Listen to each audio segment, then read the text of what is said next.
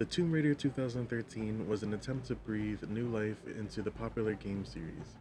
Our main character Lara Croft gets stranded on the mysterious Yamatai Island, which is hidden somewhere in the Pacific Ocean's Devil Triangle. How did this happen, you might ask? Based on Laura's hunch, her mentor Roth and his crew sailed directly into a dangerous storm. Unfortunately, the ship crashes into rocks and is smashed by gigantic waves and proceeded to be struck by thunder. Miraculously, some of the crew survives and the ship is somewhat salvageable. They regroup on a nearby beach, and Laura notices them and goes to join them. Before she can, though, she gets knocked out by one of the local residences. Unconscious, we get to see her getting dragged in to the cavern, where she is then tied up and hung upside down for our first puzzle of the game of trying to get out of this little trap. So once she gets out of it, we adventure further into the cave and we see that there has been a woman that was strung up and burned alive by this man, so clearly he's not here to help us, even though he says otherwise.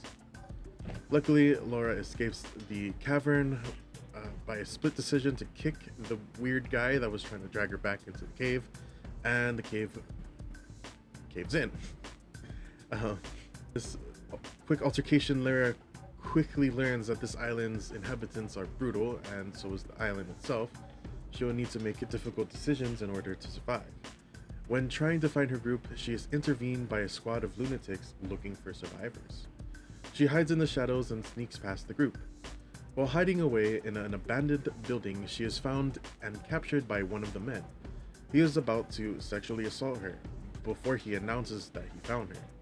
Out of fear and pure anxiety, she grabs his gun and shoots him in the head. His blood splatters all over her. The man falls to the ground, choking on his own blood. They stare at each other for a moment before he dies. She takes his semi-automatic pistol and leaves the area. In addition to the bow Laura found earlier on a skeleton, she now has this gun. These new weapons turn her into a walking one-woman army. The story's pacing starts out neck-breaking fast, then eases into the deeper portions of the story as the game goes on. A lot of the initial character growth and introduction to gameplay mechanics are introduced within the first hour, which some may find jarring, but this actually makes sense to the overall narrative. Lara's parents were some of the best archaeologists and adventurers of their time. Her mentor Roth taught her how to fight and climb years before she went on this expedition. It makes sense that she is able to learn how to kill and survive this fast. Once she reached Yamatai Island, that training had become very useful. As for Lara's character, it really developed in this reboot. A lot of her personality is fleshed out as she experiences more of the harsh realities of life through Yamatai. Themes of grief, healing, and acceptance are apparent in the narrative. She starts out as an innocent young woman and leaves the island as a hardened, total badass. On the other side, her supporting cast didn't have much depth to them. There were definitely missed opportunities to do something really special with these characters. At some points of the story, it felt like they were literally being used as pawns to force Laura to do something. For example, why would one of the most inexperienced friends decide to go directly into an enemy camp? Everyone let him do it too.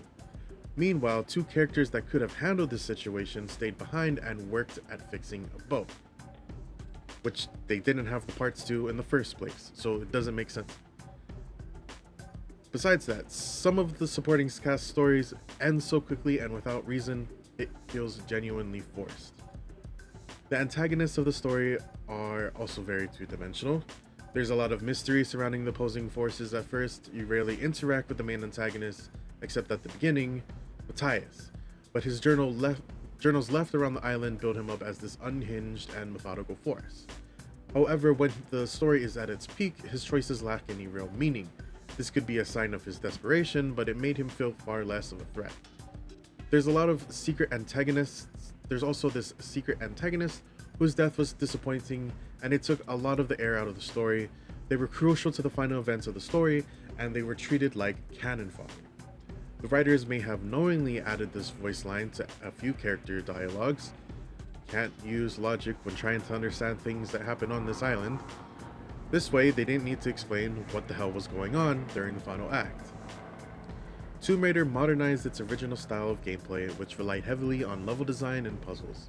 Much of the gameplay in this iteration feels inspired by the Uncharted series, where lots of high-octane action and violence ensues.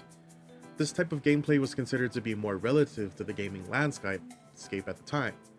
Quick-time events, QTEs, and combat-heavy sections are sprinkled throughout the game, as well as events where time slows down, giving Laura enough time to dodge dangerous obstacles, land impossible jumps, and make unbelievable kills. The cinematography was masterful. Many of the game's cutscenes felt like I was watching a AAA film.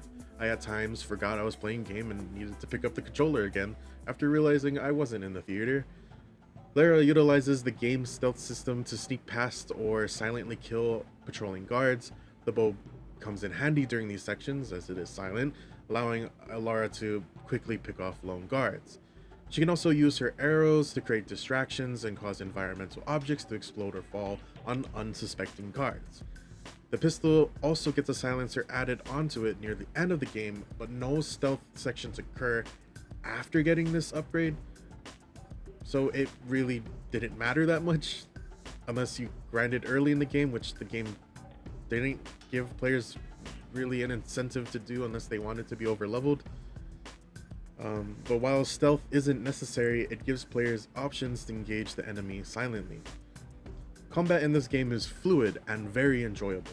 Laura is given a new pistol, bow, handgun, shotgun, and an assault rifle for the 4th chapter of the game.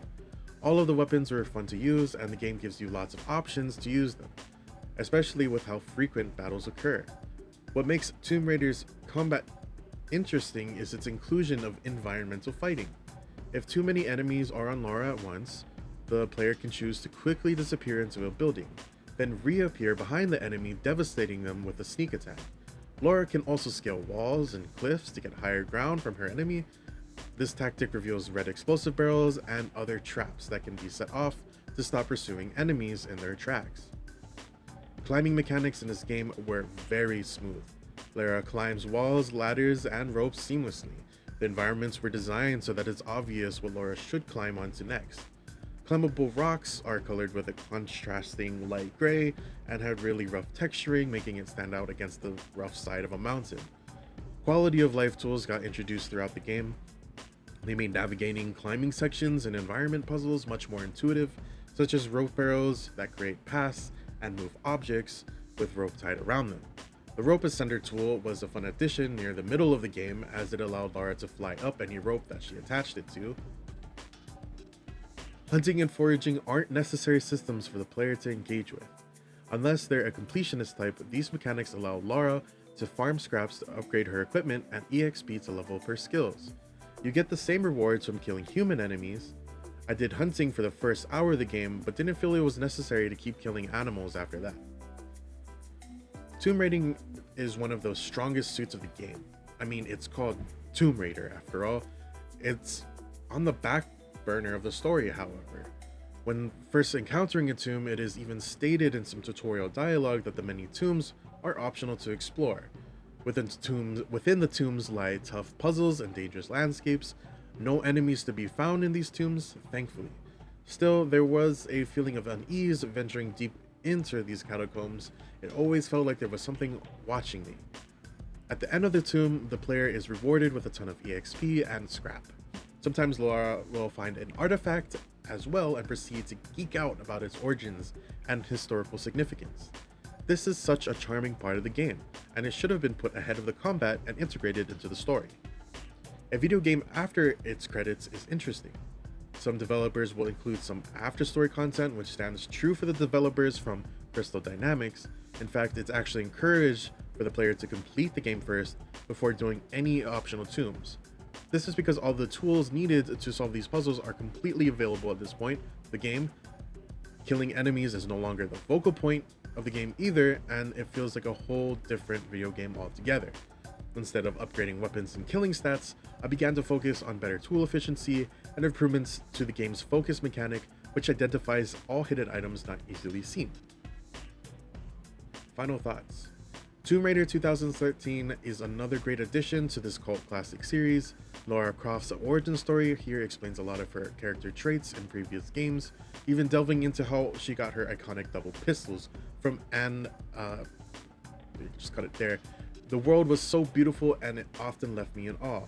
Sometimes I left the game on just to watch the scenery. Gameplay was an exciting and memorable roller coaster ride. In my opinion, video games today still lack a strong female protagonist, one who isn't forced to share the screen with a male lead character or is just treated as an alternate choice of the main character's gender. It would be great to see Lara Croft back in action in the years to follow. And my total score is 9 out of 10 chicken wings.